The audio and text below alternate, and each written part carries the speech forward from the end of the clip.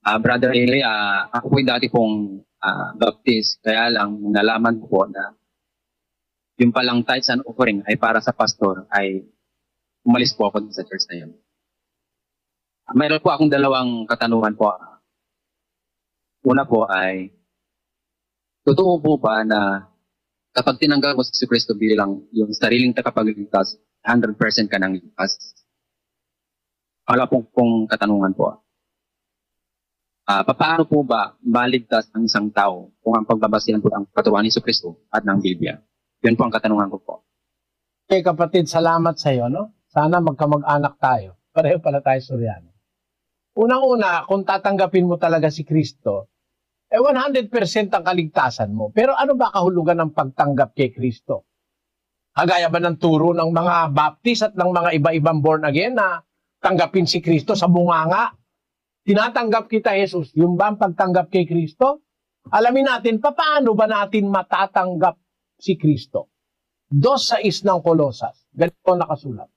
Kung paano nga na inyong tinanggap si Kristo Jesus na Panginoon, ay magsilakad kayong gayon sa Kanya, na nangag-uugat at nangatatayo sa Kanya, at matibay sa inyong pananampalataya, gaya ng pagkaturo sa inyo, na sumasagana sa pagpapasalamat. Pagtanggap para kay Kristo, yung pagkatanggap natin sa turo.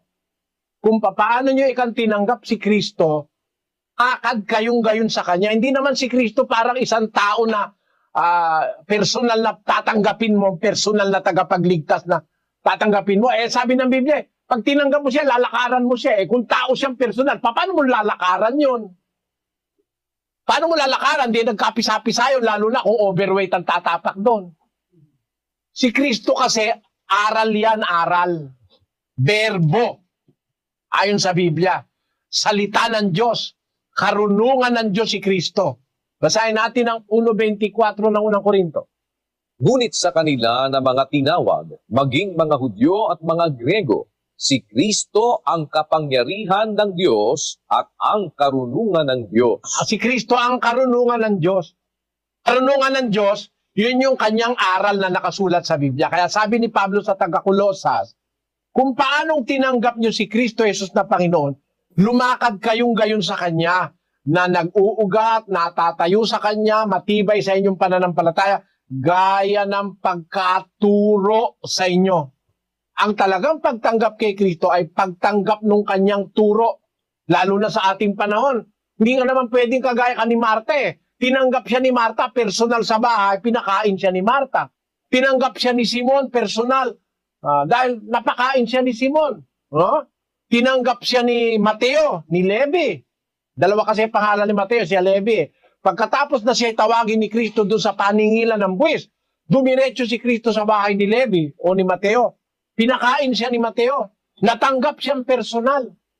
Tayo, matatanggap ba natin personal si Kristo kagaya nila? Hindi, dahil wala naman si Kristo ngayon dito, nasa langit na.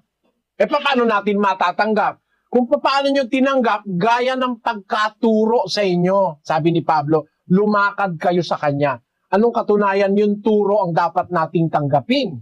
Basahin natin ang 12:48 ng 1. Ang nagtatakwil sa akin at hindi tumatanggap sa aking mga pananalita ay mayroong isang hahatol sa kanya. Ang salitang aking sinalita ay siyang sa kanya'y hahatol sa huling araw. Yun ikang nagtatakwil sa akin, hindi tumatanggap ng aking pananalita. Nakita mo kapatid? So ang pagtanggap sa kanya, yung pagtanggap sa kanyang salita, yung kanyang aral. Pero pag itinakwil mo yung kanyang salita, tinatakwil mo rin siya. At may hahatol ka doon sa hindi tatanggap sa kanyang salita. Ang mga salitang sinalita ko ang sa kanya'y hahatol sa huling araw. Napakaliwanag kapatid. Kaya totoo yung sabi na kung tatanggapin mo si Kristo, 100% maliligtas ka. Kung ang tinanggap mo ay ang kanyang salita, ang kanyang aral, kasi yung aral ang magliligtas sa'yo. Ang katuruan ni Kristo, ang basihan yung aral, yung ebanghelyo. Doon tayo magbabase, yun ang kaligtasan. 1:16 ng Roma, ganito nakasulat. Sapagkat hindi ko ikinahihiya ang ebanghelyo, sapagkat siyang kapangyarihan ng Diyos sa ikaliligtas ng bawat sumasampalataya, unay sa Hudyo at gayon din sa Griego. Ang ebanghelyo, ang ikaliligtas.